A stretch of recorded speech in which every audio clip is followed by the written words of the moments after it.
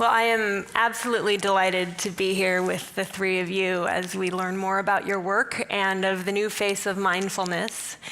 And I have to say, in really studying what you're doing and learning about your work, you are each doing powerful things in the mindfulness space. You have come to your work from really different paths. You're using different methods, different from each other and also different from many of us in this physical and virtual room. And yet your work connects in that each of you is helping people find their own strength and find their own wisdom. And that's powerful. So before I turn to some questions for you, I just want to thank you for the work that you're doing. Thank you. Thank you.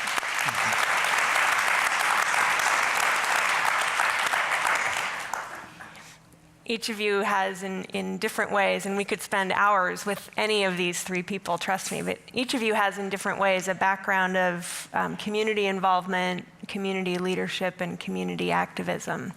And yet through your different paths, you've chosen to throw your energy now in a way that you're helping provide inspiration to people and, in a sense, providing them a potential that in some cases can be life-saving and in other cases can be life-preserving. And I'm curious how, for each of you, how your path took you there and why did you choose to be in this position to give this gift the way that you're doing it now? And Jesse, we'll start with you. Sure. Well, before doing The Big Quiet, I used to work in the music industry. I ran a record label, and it was something that I started doing when I was a sophomore at NYU. I was 20, and a band that we signed did really well. So we had this really fun journey as young guys, building business, being students, and it was definitely a great ride, and on the outside, a very successful journey, but I was quite challenged internally by the experience and was finding that anxiety was becoming quite debilitating for me, and I started having panic attacks, and I was confused about it. I didn't really have space to talk about it. It wasn't really in my language as a man or with my peers or with my family to talk about mental health, so I just sort of went on my own side journey and started exploring tools. And this was when I was 24, I guess, at this point. I'm 33 now, and I found meditation through Google. This is before there were so many ways to access it here in the city. And it was really transformative for me, and it was really powerful. And at first, it allowed me to better deal with anxiety and with stress. And then as that started to clear, it started to open me more to how I wanted to show up in the world and how I wanted to really give myself to work and relationships. And after several years of practicing regularly, I felt called to leaving my business in the music industry and really wanted to just build community and have space to talk about the kind of challenges that I was experiencing in my own life and also to meditate together. And the first gathering that the Big Quiet was born out of, something called Medi Club, which still exists, was just 20 colleagues from the music industry pretty much. And we meditated and had conversation about the truths in our life, and that created the foundation for what I do now. You just added a few more thousand people. That's great. Thank you for sharing that journey. Absolutely. Oh, thank you. Powerful and brave to share, so thank you. Gabrielle, how about you? Yeah, thanks for the question, and thank you all for being here. So I was an attorney for children in foster care and in the youth justice system, and I went to law school to do that work. And I did it for a number of years, and I was just really struck. I was experiencing secondary trauma from doing the work, particularly from working with child abuse and child neglect. And I was really struck by the overwhelming trauma of the system. I sometimes talk about it. I worked predominantly in Bronx Family Court, but also in Brooklyn and Manhattan, and that even the building was traumatized, the elevators were traumatized, and every person in that building was in pain. I would go to the bathroom, and a woman would follow me into the bathroom and would be dry heaving and sobbing because her children had just been taken from her. And it was we never, I was talking to Diego earlier backstage about the word love was never uttered. We were in family court dealing with families, and we didn't talk about love. And people tried. I mean, people were really, I was a hardworking person who cared about what happened to my clients, but the system is not set up for healing. It's not set up for justice. It's not set up for love. I believe that a lot of these systems, the criminal and youth justice system, which I've also worked in for a long time as a youth justice advocate, is really built on racism and driven by a desire to, the system works the way it was intended to work, which is really to focus on poor people of color and to perpetuate incarceration. And there's a movement to change that. And I realized after about 10 years of working in these systems that the system, I always realized it, but I realized that what I wanted to do was guide my energy on transforming the system. And that even the kind of systems change work I'd been doing in courtrooms and legislative testimony and writing law review articles, that wasn't actually going to change the system. And what happened is really interesting, which is one night I was meditating with my partner. We meditate together, and it was a Friday night, and we were in our living room, and I was on the cushion, and I heard a voice when I was meditating, and the voice said, "Go on Idealist." And I was like, okay, this is not normally my experience of meditation. In fact, it's happened once and only once, and it was that time. And so Idealist, for those of you who don't know, is a nonprofit job search. And I went, engine. I went on Idealist, and I looked for jobs. And I put in, I don't remember, but my search term was something like, public policy director, what I'd already been doing, criminal justice policy. And a number of jobs came up, and they looked like the jobs I already had. And I was like, well, I love my job. I'm not on the job market. I'm not going to leave my job to take a job that looks like my job. And so I was like, this is not a good idea. And then I heard the voice again, and the voice kind of sounded a little bit like a pissed off teenager. And it was like, the reason that you're not finding anything different is because you haven't changed your keywords. And if you want to change what you find, you have to change the search term. And I was like, oh, okay. And so really I literally sophisticated inner voice, by the way. I just have to say. So I literally stopped and I said, what am I looking for? And I had just gone through a really intense period in my own life. I'd lost both of my parents in rapid succession. They were terminally ill at the same time, and it was a really devastating experience. And I meditated through a lot of that experience. My practice got me through that, which was a very messy practice, but it got me through that. And I stopped and I said, what am I looking for? And I said, I'm looking for healing of myself. And so I typed the word healing in the search bar, and I hit return, and 3 jobs came back, and one of them was to be the executive director of Lineage Project, the organization that Soren founded, and that's running 20 years later. And I looked at the website, and I saw photos of kids who are incarcerated, kids in the justice system, kids who are homeless, doing yoga and meditating, and I was like, this is my calling. So I applied, and here I am.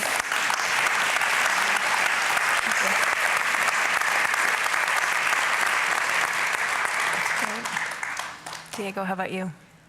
So I started off organizing. So I was in community organizing really young. I started when I was about 15 years old. And a lot of it was around youth work, sort of taking young people and, as young people, supporting young people in regaining and reclaiming their power. So literally changing things in our schools, changing things in our own cities. This was back in the city of Boston. And that started me off really young, really thinking about the idea of liberation and what that meant. So I spent, ever since then, coming in and out of the organizing world in different facets, doing youth organizing work, doing prison abolition work, up until the time when I was about 24. And around that time, I was sort of hitting a really dark space in my own life where I just felt, this really strong anxiety, this strong sadness that was literally controlling my actions. And to the point where it was just taking me down into this really dark path where, I was very unhealthy, I was abusing drugs, I was to the point where, my life could have ended early. And I knew that part of that was from my dissatisfaction of being a part of campaigns and then actually winning, but then still seeing that systemically things were essentially the same. There was still this immense poverty. There were still these giant hurdles that we couldn't quite cross. And I kept thinking, understanding liberation as something material. But then when I did my first Vipassana course, I started learning the internal dynamics of liberation. And that sort of really just opened up my eyes and really connected the two and saw that the two work together. You know, they really support each other, having that collective human movement and having that personal piece of individual transformation. And I knew that that was the part that I was missing personally for myself. And as I started meditating, as I started going deeper, you know, a lot of those layers, that sort of deconditioning process started happening. And, you know, I still feel anxiety, I still feel sadness, but nowhere near to the same intensity as before. And to me, that was a huge victory. And from then, I started realizing that, you know, the world as a humanity, right, as a collective humanity, we're all very young. And especially during this 100-year period that we have ahead of us, there are some huge challenges that if we face them correctly, if we face them mindfully, we will be able to grow profoundly. And that's really why I use the name Young Pueblo. So like my name's Diego Perez, but Young Pueblo is something that functions as a reminder to me that we're in this deep, profound growing process. And, you know, focusing on writing, taking a step back from the organizing world just helped me sort of figure out, you know, what are these ideas that I didn't have growing up that I can try to put out there and sort of disseminate through social media, you know, through understanding that everyone's busy, that everyone, you know, has a very small attention span, and what can we do to help people think a little more deeply? And that really kicked everything off, and now we're here. Wow.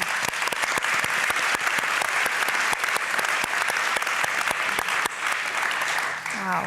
For each of you, really powerful stories, and the arc that you crested and then have turned your attention to really sharing what you've experienced and learned to make the lives of other people better. It's really inspiring. Thank you. Jesse, I want to talk a little bit about the Big Quiet. So you've just finished a 5-city tour, is that right? And you've been to cities you hadn't been to before, and so tell us a little bit about why your interest in the volume of people, how that changes people's experience, and why that's such a central part of what you're doing, the Big Quiet, and then tell us what you learned through this tour of visiting cities you hadn't been to before. Sure. Or hadn't been to in this context. Yeah. In regards to the scale of the experiences, the goal was never to have large groups together. It just sort of organically grew to become larger and larger. I mentioned the first one was about 20 people in my buddy's apartment. And what we saw was that by having a space where we could share quiet together and then have space to talk about the things that were going on in our lives that we weren't usually discussing with other people or didn't have permission to do, and doing those things in a context where it felt accessible and sort of relevant. That blend of ingredients just kind of worked. And each month, as we gathered, more people would come. So the Big Quiet was a natural progression to have space like that. And what we've seen is that there is something that you can't necessarily put into words, but you just feel it when you meditate with a large group. And I think you can feel it with 15 people. So when you do a mass meditation with 2,000 people, there's just something there. We've also seen that. And this comes through sort of the lens of building community around MediClub and the Big Quiet, that people really yearn to contribute to something, to be a part of something, and not just go to an event and, you know, maybe watch a performance and kind of have that experience and leave, but to also give to it and create to it. And when, you know, a large group of people all contribute to an experience by sharing in quiet and taking responsibility to all hold that space together, there's a sense of almost shared accomplishment that comes with that. And there is something to be said about group cooperation and what it does, triggers oxytocin in our brains, which, you know, comes from when we existed in tribes and we had to kind of coexist and co-create in groups to survive. So although it's very different gathering food and sitting in silence in these very, you know, modern lifestyles, they're very different experiences, but I do think that there's something there about we're doing this together and there's a yearning to do it together, and when we can share in it at scale, it feels special, it feels meaningful, and there's a power that comes with that. And I've always been really surprised over the 3 years that we've been doing the Big Quiet that the term mass meditation just intuitively draws a lot of people to the experience. And I think that people are innately drawn to having that experience oftentimes in sort of a subconscious way because we just know that there's something there. And science shows that mass meditations can have great impacts on the societies around them. So that's, I think kind of the community purpose piece behind it. And the other thing that maybe goes without saying, but I've experienced a great deal of loneliness living in the city, and I've heard often at our events how lonely people often feel, especially young people. And there's something about coming together that allows us to kind of pause for that. And if there's space to talk about the loneliness experience and social isolation, then that space is even more healing. So there's that piece too. Yeah. But to answer your question about how we, some of the learnings from going on tour is that this isn't an experience that, or a desire that's unique to New York City. Having gone to Chicago, San Francisco, LA, Austin, Texas, obviously pretty major cities. But our tour sold out, and we saw that people want this in other places. And that experience of gathering for good, connecting with the self and having permission to connect with each other is something that I believe people really can't get enough of. How we can create it so it doesn't only sort of exist for people of privilege is an interesting thing to look at, because that is predominantly our audience, and that was really clear as we toured. But I'm pretty convinced that lots of people are yearning for these spaces, and it's not just the Big Quiet that can tackle that. Diego's seen it with his book tour. He's having hundreds of people show up to hear him speak, and there's a lot of sort of similar values there. Yeah. I was listening to these two backstage concoct a plan to tour together. I love, by the way, that you call the Big Quiet tour a tour. Yeah. That's awesome. It's like the opposite of a concert. Yeah, isn't that great? Great. John spoke earlier about the spaces between the notes in songs, and there's something about the Big Quiet that's capturing me about the quiet between the concerts. And it's in some similar venues. So, but imagining the two of you together and the different kind of audience that you would have then, and then the opportunity for conversation afterwards that Diego would add to is really, really powerful. And I think that Gabrielle might be able to offer you some interested participants too. So who knows what could happen as a result of this very panel. Right now you're seeing the beginning of something magical here. Thank you for sharing that. Gabrielle, I want to come to your work in a little bit of a different way. So you're working with people who are in the midst of some level of trauma and suffering, and sometimes incarcerated, sometimes were or will be, or family members who are. And as you described, that was true in your previous job as well. As a leader of an organization that's delivering services to essentially a traumatized population, how are you being a mindful leader in this painful space? Thanks for that question. So Lineage Project brings mindfulness to kids inside detention centers and homeless shelters and suspension sites, which are when kids are in long-term suspension, and also in high needs public schools and kids who are homeless. And we also are doing technical assistance and consulting with agencies that serve these young people. So serving staff, the frontline staff who work with young people. And I think it's really important to say, I talked a little bit earlier about some of the challenges with the system, but there's a difference between systemic oppression and the people who are working in those systems. And the people who are working in the systems that we serve are often themselves experiencing trauma and are also often come from the same communities as the people that we serve, and are also traumatized by being in those environments sometimes.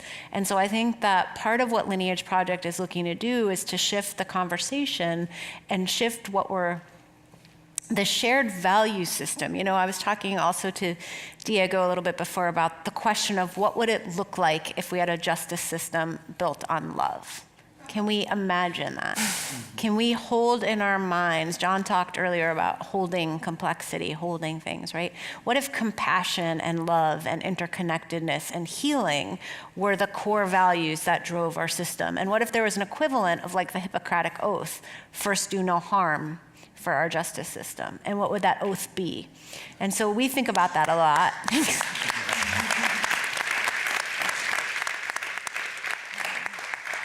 Thanks. I don't know. I don't usually, some of this I spend a lot of time thinking about in my head, but it doesn't always make its way out to an audience. So it's really nice to hear the resonance back, because it's so deep for me, these questions. And I think about how like the medical profession is guided by that oath, but there's nothing similar for these other public institutions which carry people's lives literally in their hands. And so mindful leadership to me is about Lineage Project and the way that I lead the organization being the same. It's the same outside as it is inside, is my guiding principle. So if we're going to a system and saying the system, we want to work with you to increase compassion and increase interdependence and help you have present awareness and help the young people inside be attentive to what's happening without judgment and with compassion and love, then that's how we have to be with each other as employees. That's how I have to be as a supervisor. That's how I have to be when I'm being supervised by the board of directors. And it all happens messily and imperfectly, and it does not mean that like we're sitting around in perfect communication all the time. But what it looks like in practice is trying to develop personnel systems that are mindful, ways that we respect each other's humanity at our job, ways that we take care of each other. I shared before about what I'd went through with my family. I was at a different organization then, but I saw the humanity of my boss when I had to miss a lot of work to care for 2 dying parents. And I saw the people on my team who stepped up and did my work for me. I saw my entire office shut down so everyone could show up at a funeral. And I swore to myself that if I was ever in the position to lead an organization, that is the kind of compassionate leader that I would be. And I really tried, again, imperfectly, but I tried to embody that in the way I speak to the people I work with.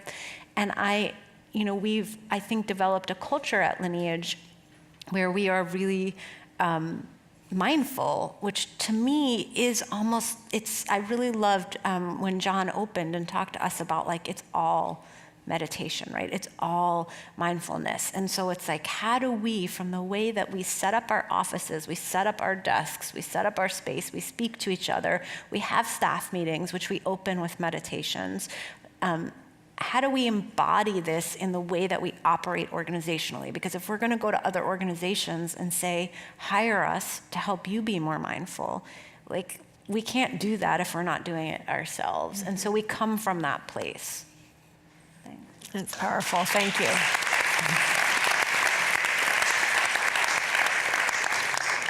That's great. So how many of you already follow Young Pueblo on Instagram?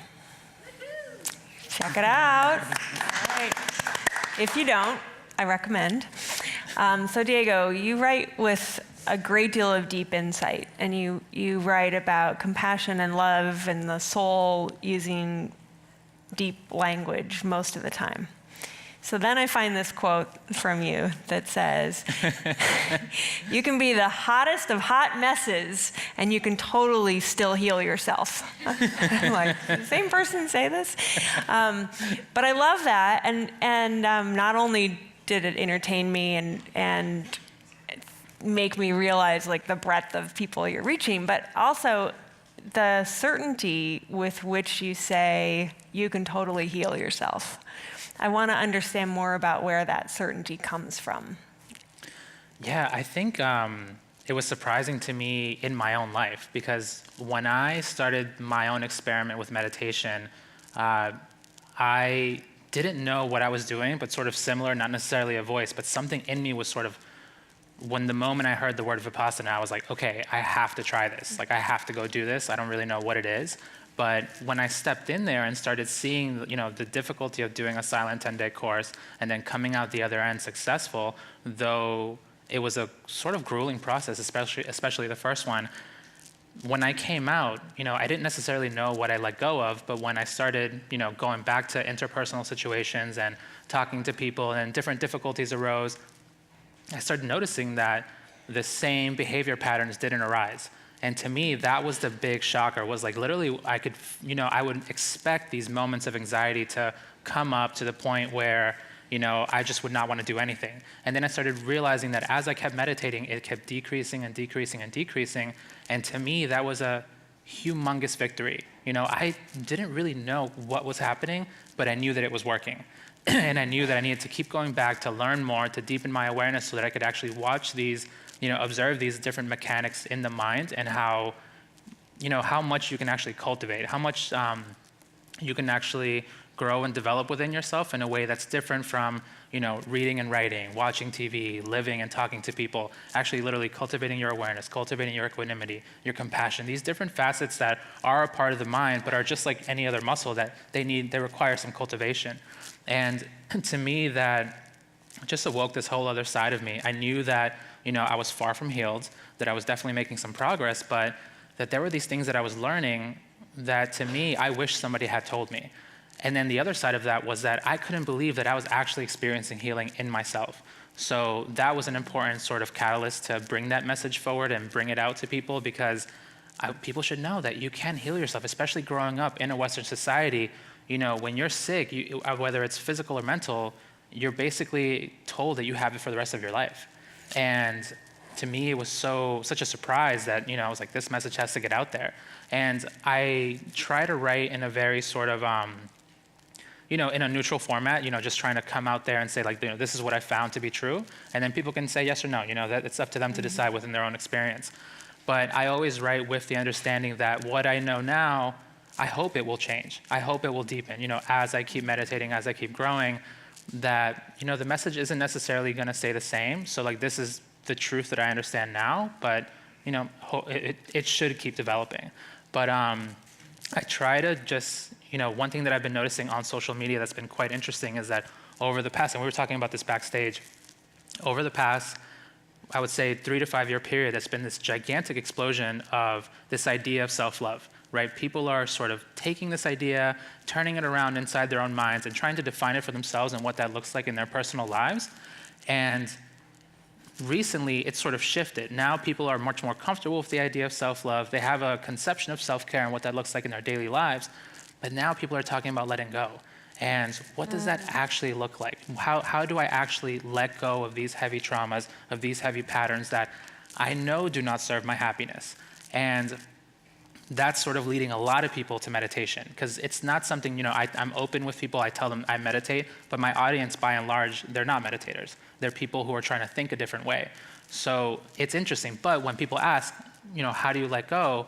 I tell them honestly, well, there are a lot of patterns in your subconscious that are literally affecting your daily behavior, and to be able to sort of get through that conscious level, to really sort of break that barrier between the conscious and the subconscious, it requires a lot of stillness, a lot of calmness, a lot of concentration. And to be able to do that, you need some sort of tool, you need some sort of technique. So if you want to really change your life, you can do so through effort and consistency. But yeah, things change. That's great.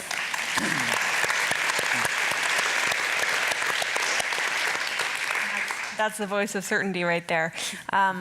If you don't mind, while we're on the topic, what does your practice look like now? So I meditate in the tradition of Esen Goenka and Sayaji Ubaken. So I do Vipassana courses, and I meditate daily. I meditate 2 hours a day, 1 hour in the morning, 1 hour in the evening, and it's totally changed my life. It's been great. It's awesome. Terrific. We'll come back to you two with that same question in a minute, but I want to stay with another one, Diego, and then hear from you two on this one as well, which is the question of the future. So if this is part of the new face of mindfulness, what are we hoping to see and maybe expecting to see 10 or 20 years from now? So one thing that I've been seeing, right, like Jesse was saying, people are not only yearning for a community, but they're yearning for tools. They're yearning for something that could actually tangibly change their mental contents, right? Not necessarily mental structure, but the contents in their mind to actually release the heavy patterns that are affecting their behaviors and their emotional states. But what I see happening is that people are developing that courage, developing that bravery to go out and actually start the Google searching and find out, what actually will help me with my anxiety. And they find so many different things. And that's sort of the interesting part of globalization and where we are in human history, is that all throughout history, there have been so many groups of people that have tried to change the world.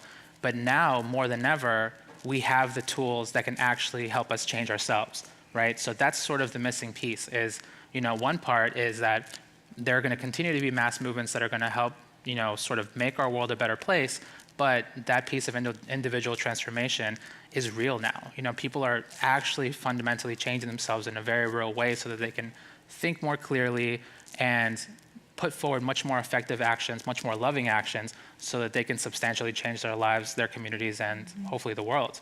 But the other side of that, and the more like local community level, is that I think it's becoming more normal than ever before for people to meditate, for people to go to therapists, for people to use different mindfulness and breath technique practices and things that can help them sort of settle their mind and feel some sort of calmness and peace. And what I hope and what I envision is that the same way that today we know the things that will help our body be healthy, what to eat, how to exercise, that when when it's a weekend and it's a Saturday or a Sunday and you're calling your friends to make plans to hang out later that afternoon, you're letting them know, hey, like I have to go shopping and I'm gonna go for a run, and then after that I'm gonna go meditate. And nothing about that is gonna be weird. So I definitely see that. That's a great vision.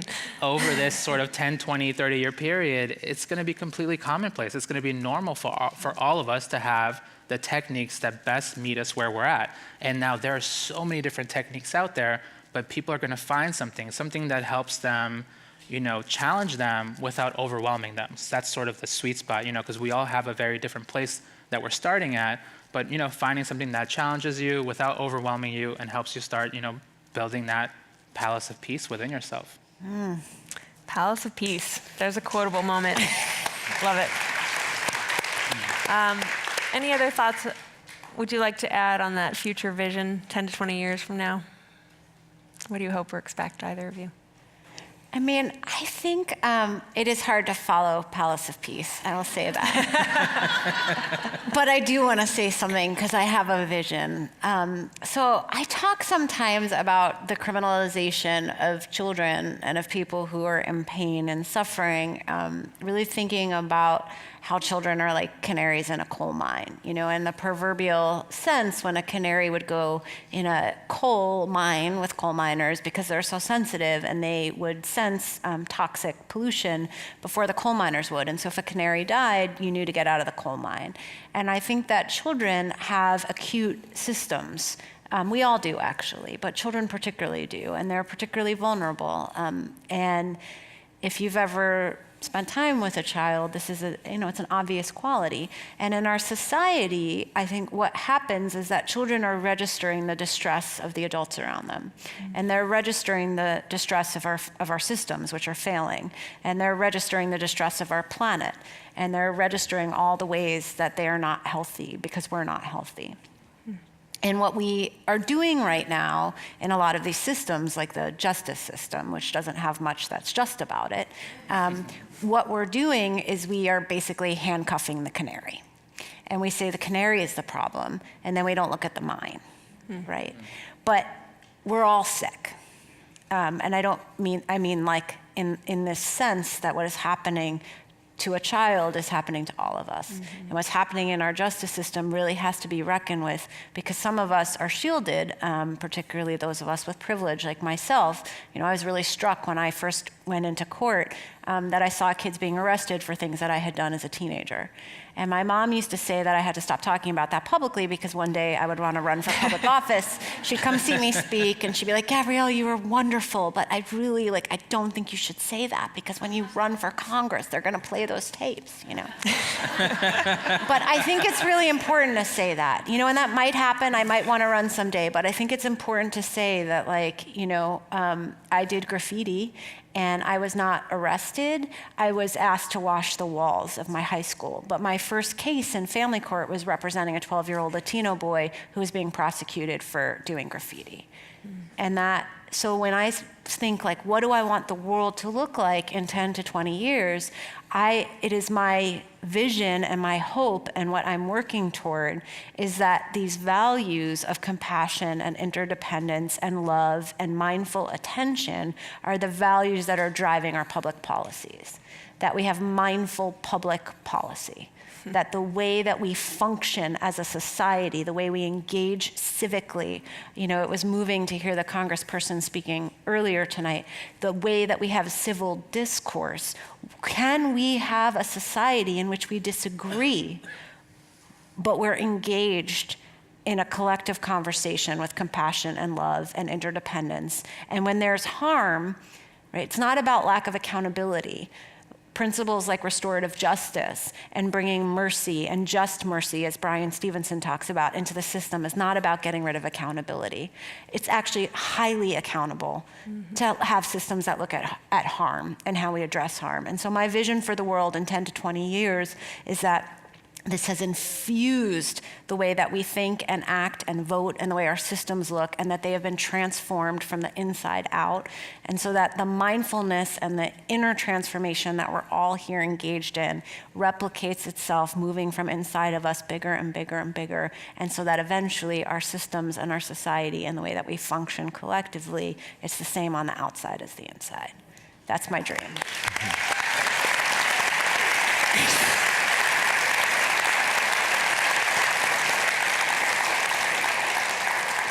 I think you have some future voters right here. Absolutely. Diego's among them. Yep, sold.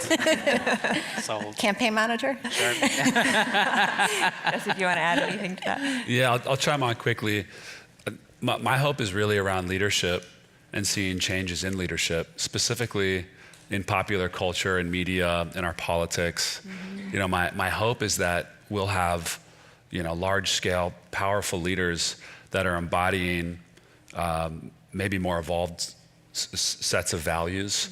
The qualities that I'd love to see in leadership, I think, start with leaders that can get in front of groups and explain and share about what they're going through and can sort of admit their challenges and maybe where they've messed up to show other people that we all go through those same things.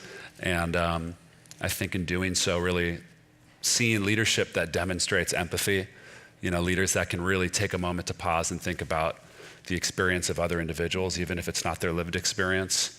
And again, I think that demonstrates to the people that are following that leader that this is an okay way and actually a really powerful way to live a life. And seeing leaders that are really acting in service of others and not only celebrating that, but making it cool, because it's something that I think we all yearn for and just want more guidance around. So my hope is, really about leadership. That's great.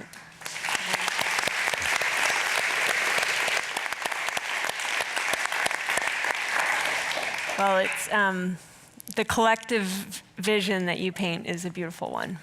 I'm going to ask each of you to share with our lovely participants and audience here a little bit about how they could get involved in your work or how they could help you.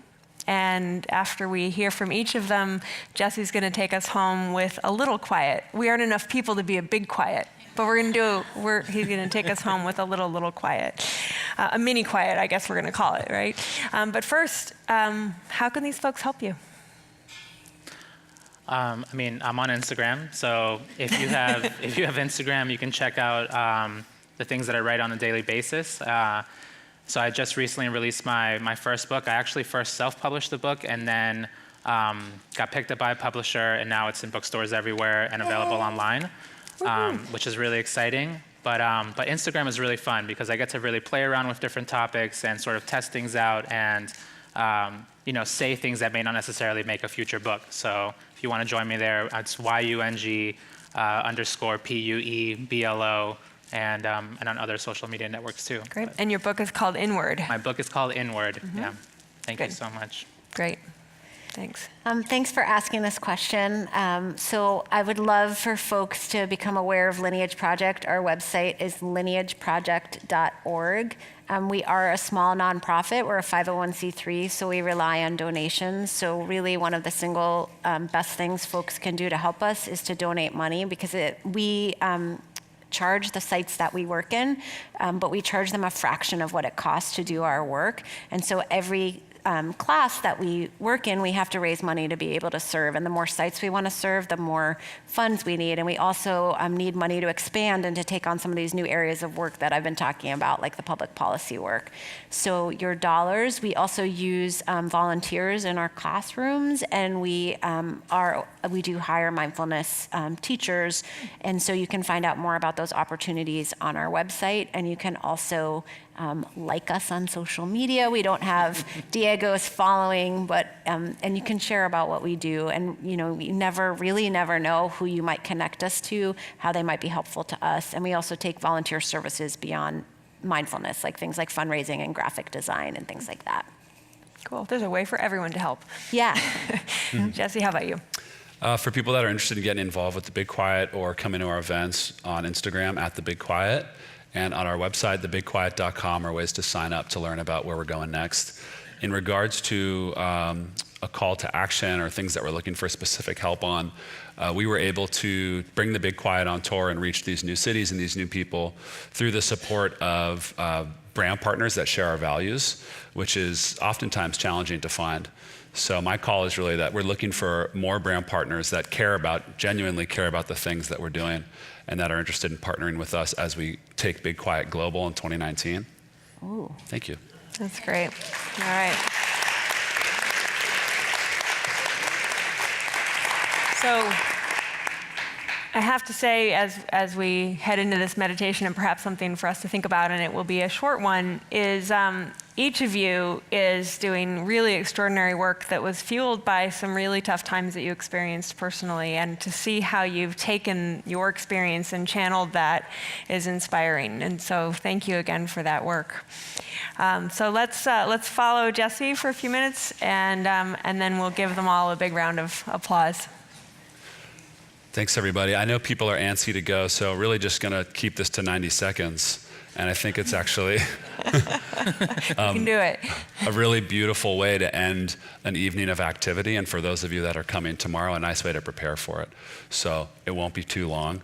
But let's just go ahead to take a moment to close our eyes. And also take a moment to sit comfortably in your seat. Notice both of your feet being grounded on the floor. And allowing yourself to have back support. We're taking a moment to just relax here.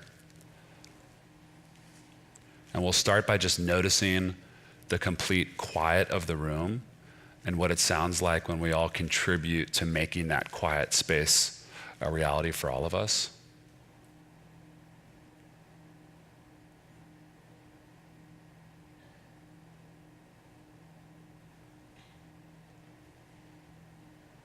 And now taking a moment to consider one thing that we heard tonight that was a takeaway, something that maybe inspired us, a learning, but just taking an opportunity to just sit with and think through something that resonated and to hold it and appreciate it before we go back into our busy lives.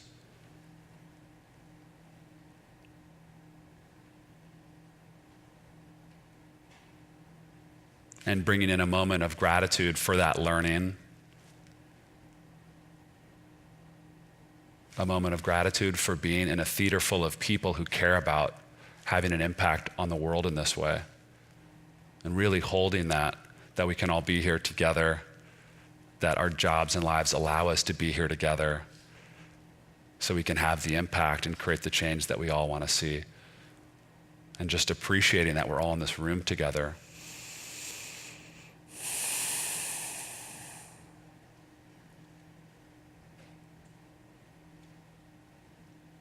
And taking a moment as we let this soak in to notice our chests,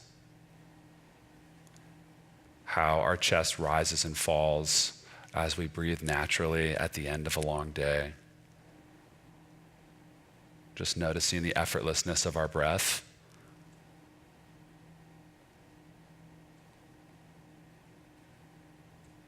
And closing by noticing our heart space. And just taking a moment to feel into your heart and notice any sensations or emotions or feelings that may be there. And maybe there's something there, maybe there isn't, but whatever you're feeling or not feeling, just allowing yourself to have it there, to appreciate whatever's coming up, to be okay with it.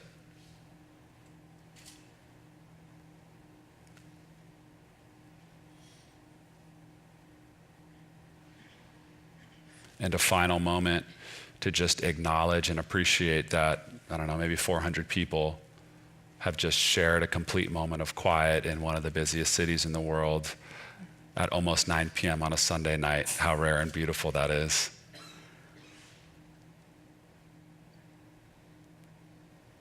And in your own time, without any rush at all, just very slowly starting to open your eyes.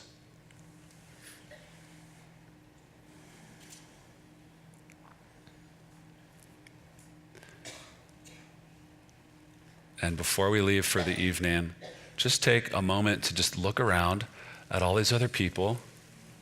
Give a smile, even if it feels a little uncomfortable. Hello, people. Thank you, everybody, for your presence.